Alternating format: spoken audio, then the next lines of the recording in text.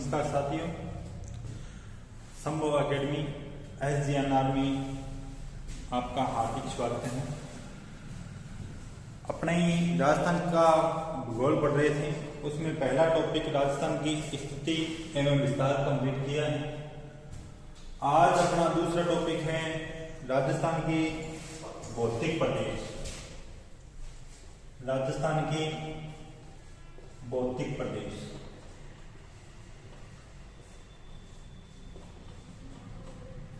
इनकी चर्चा करते हैं। देखो, भौतिक प्रदेश सर्वप्रथम राजस्थान के भौतिक प्रदेशों को बांटने वाला, भौतिक प्रदेशों को सर्वप्रथम विभाजन जो किया था, राजस्थान के भौतिक प्रदेशों का सर्वप्रथम विभाजन VC मिश्रा ने किया। VC मिश्रा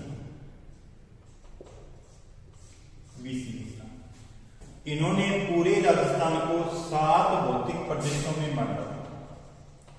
7 भौतिक प्रदेश। इन्होंने एक बुक लिखी थी, राजस्थान का भूगोल। राजस्थान का भूगोल 1968 में लिखी थी और 1968 में इसी बुक के अंदर इन्होंने राजस्थान के 7 भौतिक प्रदेश बताए थे। कौन कौन से भौतिक प्रदेश बताए थे, इसकी अपने चर्चा करते हैं। तो देखो,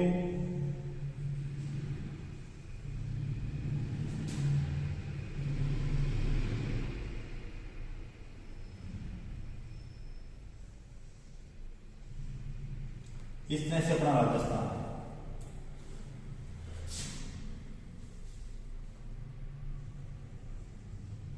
इस तरह से अपना राजस्थान है। सबसे पहले इन्होंने गंगानगर हनुमानगढ़ वाला जो एरिया है, बीकानेर वाला भाग आता है, इसको कहा था नहरी क्षेत्र। नहरी क्षेत्र। इसके बाद में इन्होंने ये जो प्रदेश है, जैसलमेर, बाड़मेर, जोधपुर वाला जो भाग है, बीकानेर का दक्षिणी भाग, इसको कहा था शुष्क प्रदेश। शुष्क प्रदेश। और इसके बाद में इन्होंने इस पार्ट, यानी जो ये बाग है, ये बाग, इसको बोला था अर्ध शुष्क प्रदेश। अर्ध शुष्क प्रदेश। इसके बाद में यहां पे इन्होंने मुख्यतः राजसमंद, सिरोही, उदयपुर जिले जो पड़ते हैं, इस भाग को इन्होंने बोला था अरावली प्रदेश। अरावली प्रदेश।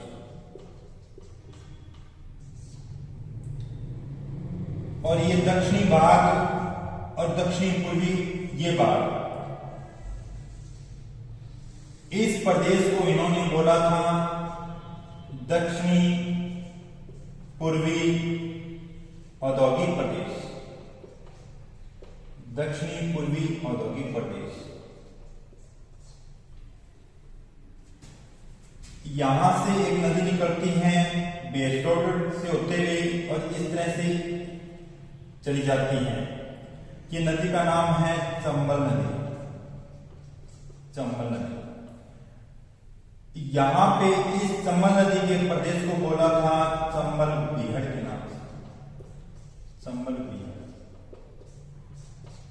और ये जो पार्ट यहां पड़ता है, ये था पूर्वी प्रदेश के नाम से। कितने हो गए?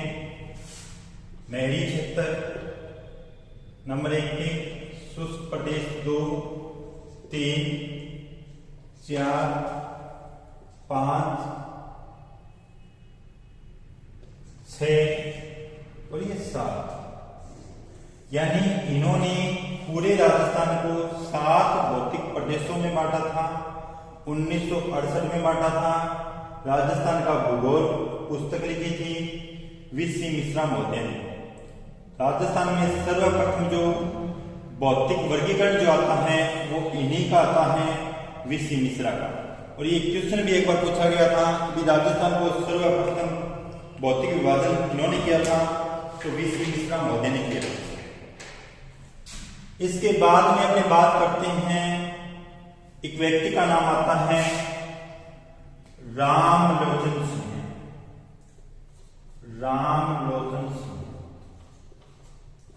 रामलोचन सिंह। इन्होंने पूरे राजस्थान को 2 प्रदेशों में विभक्त किया था, 2 प्रदेशों में विभक्त किया था और 4 उपभाग बताए थे, 4 भाग बताए थे, 2 प्रदेश बताए थे और इसके 12 उपभाग बताए थे।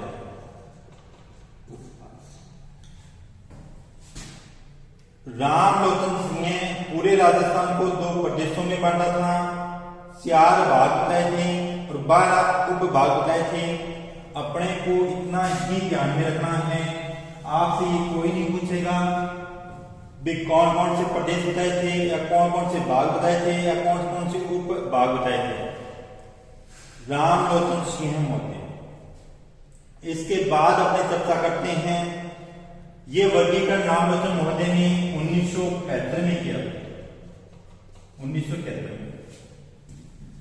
इसके बाद एक व्यक्ति का नाम आता है H.M. सक्सेना।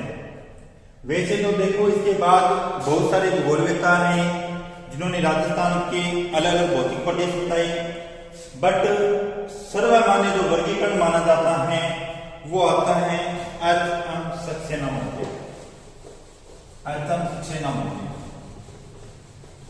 इन्होंने राजस्थान को 4 भौतिक प्रदेशों में बांटा जो अपने वर्तमान में पड़ते हैं। H.M. सक्सेना या इसे बोले हरिमोहन सक्सेना। राजस्थान का भूगोल नाम से इनकी बुक आती है हरिमोहन सक्सेना। इन्होंने 1994 में पूरे राजस्थान को 4 भौतिक प्रदेशों में बांटा, भौतिक प्रदेश, और यही वर्गीकरण सर्वमान्य वर्गीकरण माना जाता है। अब देखो कौन कौन से प्रदेश बताए थे इन्होंने, तो देखो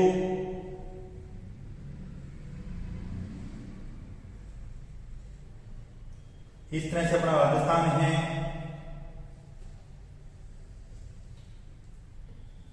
ये अपना राजस्थान है। 4 भौतिक प्रदेश बताए थे। यहां पे इन्होंने बताया था पश्चिमी मरुस्थलीय प्रदेश, मरुस्थलीय प्रदेश।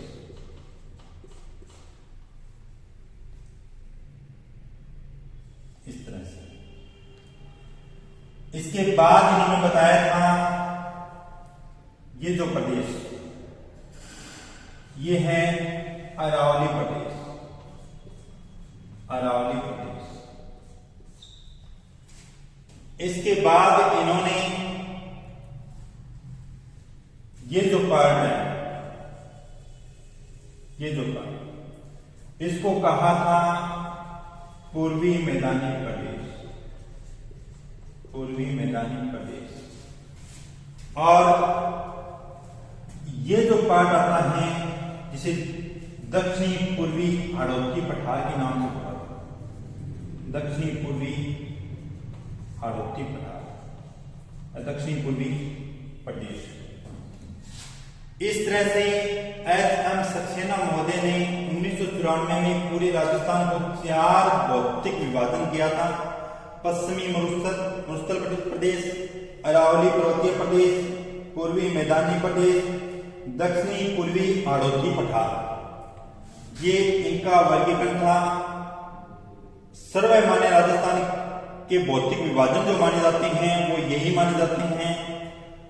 अब इनकी चर्चा करते हैं, क्या बताया था, किस तरह से अपने भौतिक विभाजन पढ़ते हैं, इसकी आगे चर्चा करते हैं।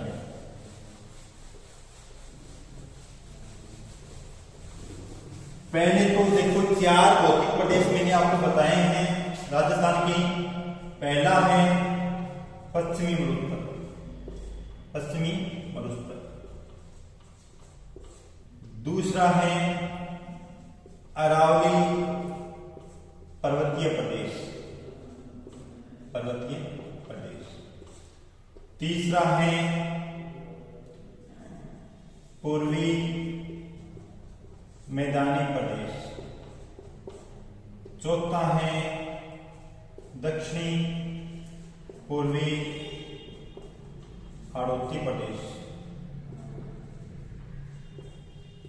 ये 4 भौतिक प्रदेश हैं। सबसे पहले पढ़ते हैं अपने कि इनका निर्माण कैसे हुआ। तो देखो थोड़ा वर्ड की तरफ चलते हैं तो एक व्यक्ति का नाम आता है जर्मन थे वेगनर महोदय। वेगनर महोदय इन्होंने महाद्वीप और महासागरों की उत्पत्ति से संबंधित सिद्धांत दिया था। इसमें इन्होंने बताया था भी कालांतर में पूरी पृथ्वी एक आग का गोला था, ठीक है। धीरे धीरे ठंडी हुई और इसका ठोस रूप बन गया बीच के अंदर, जिसे इन्होंने नाम दिया था पेंजिया। जो ठोस भाग था इन्होंने पेंजिया कहा और बाहरी भाग जो तरल अवस्था में वर्तमान में था इसे इन्होंने पेंथालासा कहा। पेंथालासा। अब देखो आगे क्या होता है। कार्बोनिफेरस काल के अंदर पेंजिया 2 भागों में टूट गया। पेंजिया 2 भागों में टूट गया और कंडीशन क्या बनी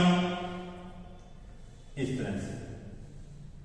इसके बीच में पानी भर गया, जो तरल पदार्थ था ये द्रव था वो यहां भर गया और इस बीच वाले भाग को नाम दिया गया टेथिस सागर।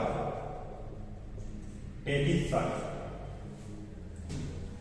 ऊपर जो इसका पेंजिया का भाग था उत्तरी पेंजिया, उत्तरी पेंजिया, इसको नाम दिया गया अंगारा लैंड,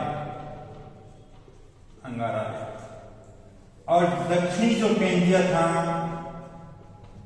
दक्षिणी पेंजिया, इसको नाम दिया गया गोंडवाना लैंड, गोंडवाना लैंड। आप अपनी बात करते हैं पूरे वर्ल्ड को यदि अपने देखें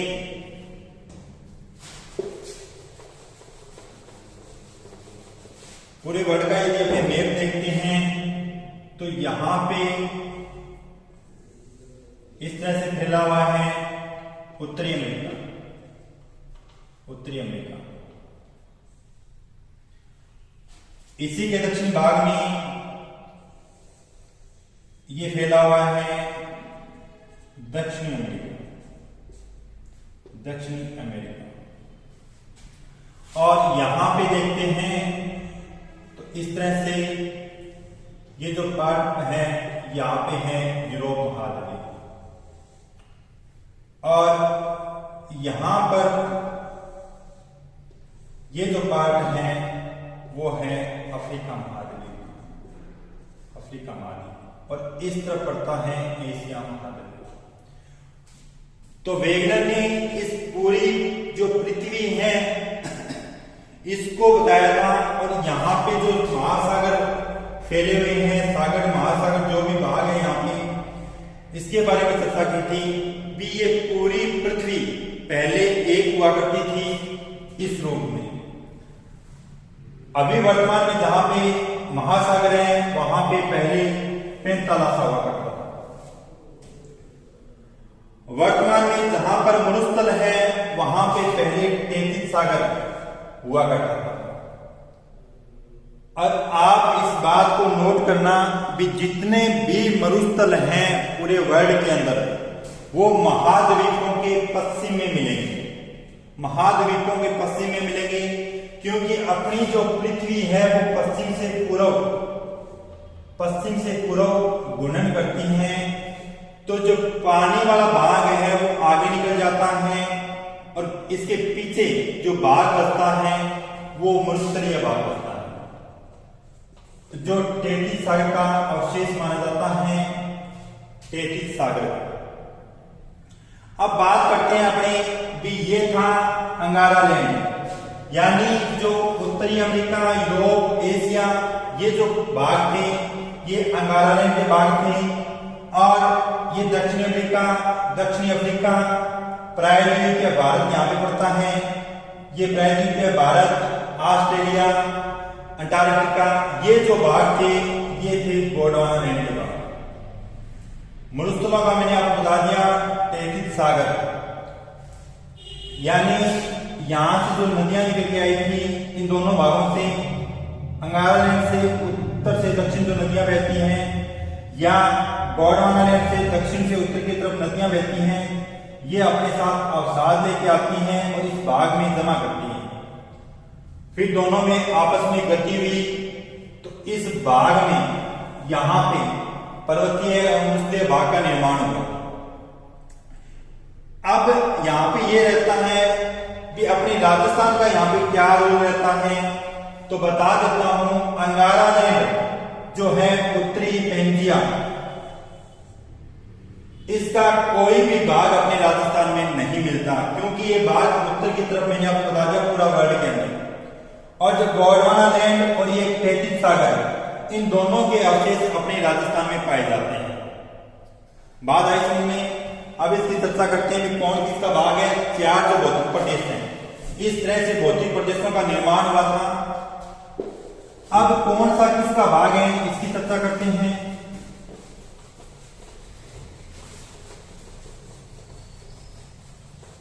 मैंने आपको बताया भी पूरा पेंजिया दो भागों में डिवाइड हुआ था। पेंजिया, उत्तरी पेंजिया, उत्तरी पेंजिया, जिसे अंगारा लैंड कहा था, अंगारा लैंड, और दक्षिणी पेंजिया, पेंजिया, जिसे गोंडवाना लैंड कहा। अब उत्तरी पेंजिया का यानी अंगारा लैंड का कोई भी भाग अपने राजस्थान में नहीं मिलता। इनके बीच में था टेथिस सागर, एक तो टेथिस सागर और एक गोंडवाना लैंड के भाग अपने राजस्थान में मिलते हैं। और यहां से सीधा क्वेश्चन पूछा जाता है राजस्थान को लेके, भी मरुस्थलीय प्रदेश किसका अवशेष माना जाता है या अरावली पर्वतीय प्रदेश किसका अवशेष माना जाता है, उसकी चर्चा करते हैं।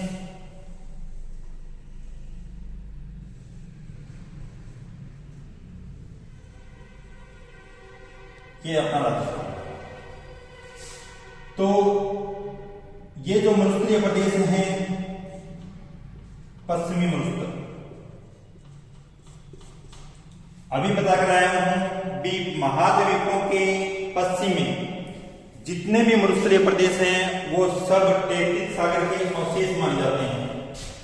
तो ये पश्चिमी मरुस्थल है, वो है टेथिस सागर का अवशेष, टेथिस सागर का अवशेष। यहां पे पड़ता है अरावली पर्वत, अरावली पर्वत। ये जो अरावली पर्वत है ये गोंडवाना लैंड का अवशेष माना जाता है, गोंडवाना लैंड।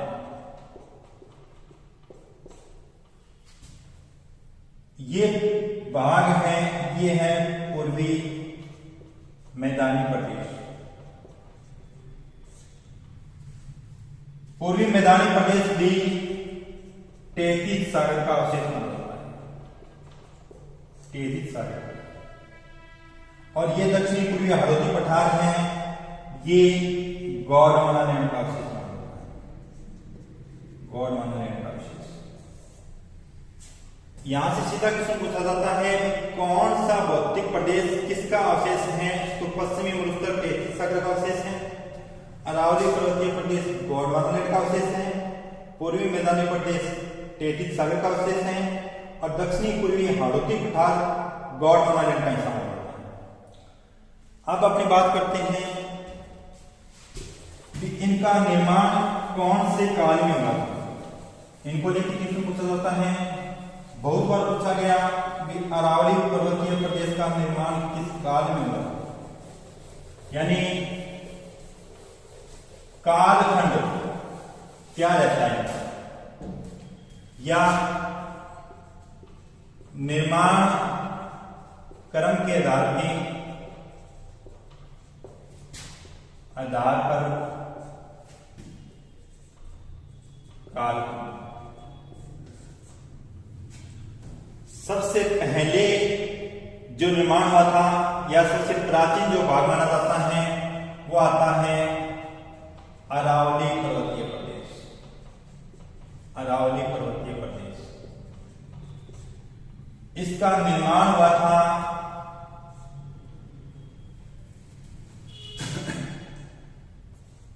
पैलियोजोइक काल में। जोइक काल, या इसे बोल सकते हो आदय महाकाल। आदय महाकाल प्री पैलियोजोइक काल या आदय महाकाल। युग पूछे आपसे तो प्री कैम्ब्रियन काल। प्री कैम्ब्रियन काल यानी महाकाल पूछे तो आदय महाकाल और प्री कैम्ब्रियन काल के अंदर अरावली पर्वतीय प्रदेश का निर्माण हुआ था। दूसरा है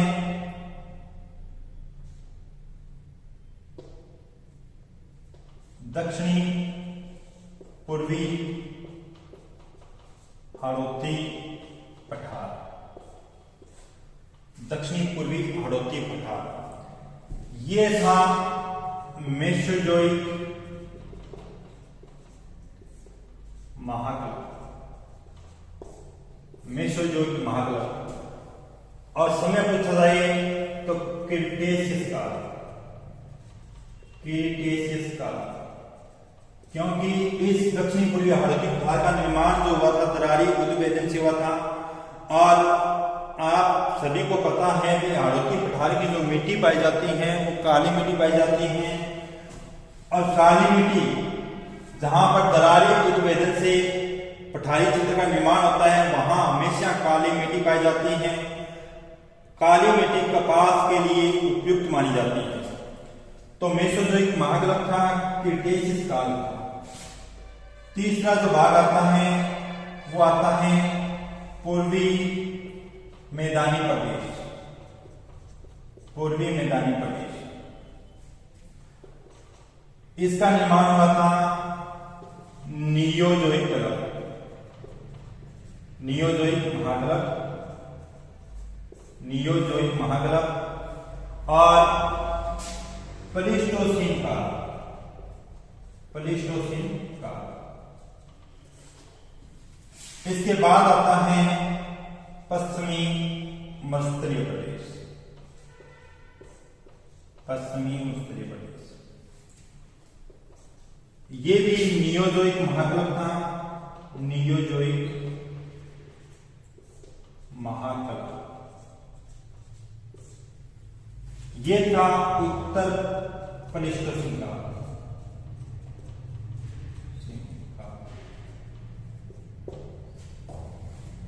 दोबारा बता देता हूं, ये क्वेश्चन बहुत बार पूछा हुआ है कि अरावली पर्वत का निर्माण किस काल में हुआ था? प्री कैम्ब्रियन काल में हुआ था। महाकाल पूछे तो प्री पैलियोजोइक या आदय महाकाल।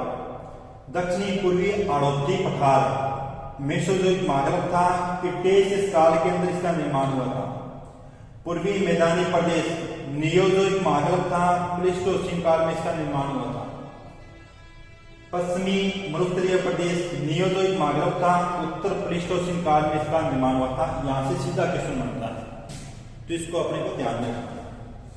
अब अपनी बात करते हैं कि भारत के जो भौतिक प्रदेश हैं, पूरे भारत को वैसे 4 भौतिक प्रदेशों में बांटा गया है, बट अपने जो पढ़ते हैं वो 6 भौतिक प्रदेश पढ़ते हैं। तो उन 6 भौतिक प्रदेशों में से राजस्थान के जो भौतिक प्रदेश हैं वो कौन सा किसका हिस्सा है? यहां से सीधा क्वेश्चन पूछा जाता है कि भारत के कौन से भौतिक प्रदेशों का हिस्सा है। राजस्थान के जो भौतिक प्रदेश हैं वो भारत के कौन से भौतिक प्रदेशों का हिस्सा है? तो देखो राजस्थान की भौतिक प्रदेश भारत के कौन से भौतिक प्रदेशों के हिस्से हैं या भाग हैं? ये सीधा क्वेश्चन पूछा जाता है। तो देखते हैं,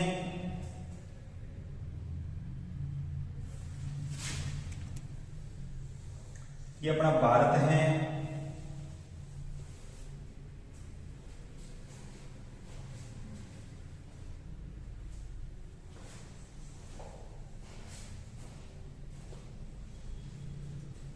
ये अपना भारत है। यहां पे पड़ता है अपना राजस्थान, ये भाग है राजस्थान का। राजस्थान के भौतिक प्रदेश मैंने आपको बता दी। भारत में अपना यहां पे फैला हुआ है हिमालय पर्वतीय प्रदेश है। यहां पे जो फैला हुआ है, ये जो भाग है, ये है उत्तर का मैदान। और ये जो पार्ट अपना इस तरह से फैला हुआ है, ये भाग है प्रायद्वीपीय पठार। और यहां पे जो भाग है, ये है तटीय प्रदेश।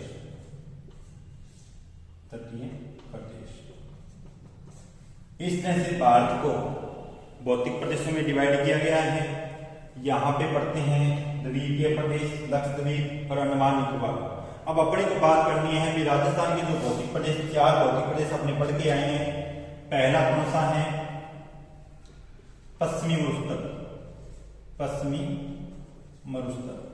दूसरा आपने पढ़ा है अरावली प्रदेश।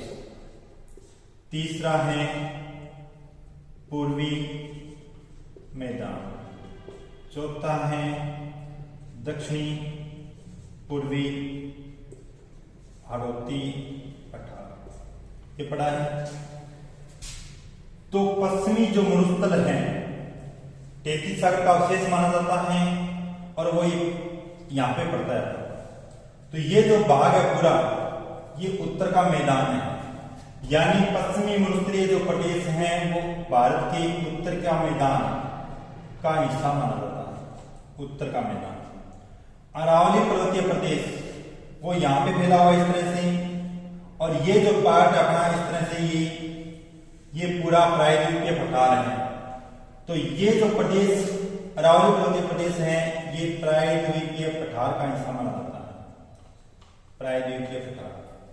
और पूर्वी मैदान नाम से पता चल रहा है भी ये उत्तर का मैदान है। यानी यहां पे पड़ता है, तो ये जो पार्ट है उत्तर के मैदान का भाग है, तो ये है उत्तर का मैदान। और दक्षिणी पूर्वी हाड़ौती पठार वो पड़ता है यहां पे। तो ये किसका हिस्सा है?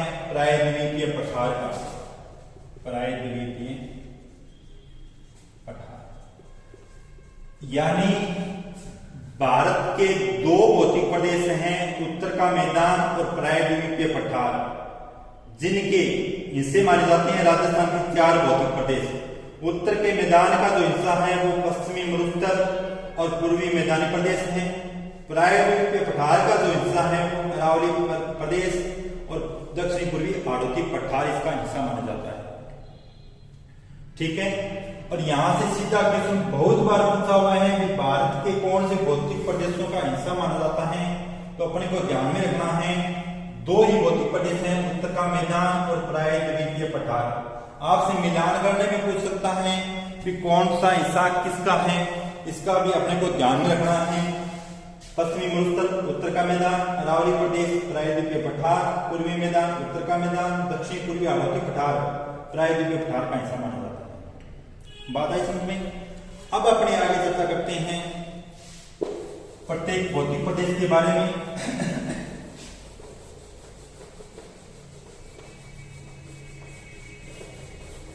अपने को आगे बढ़ना है भी प्रत्येक भौतिक प्रदेश कितनी जनसंख्या रहती है, कितना क्षेत्रफल है, इसकी तुलना करेंगे पहले चारों भौतिक प्रदेशों को लेकर। आज के लिए इतना ही, बाकी क्लास कल होगी। आप हमारे संभव एकेडमी SGNR चैनल को सब्सक्राइब करें, लाइक करें, शेयर करें। Thank you.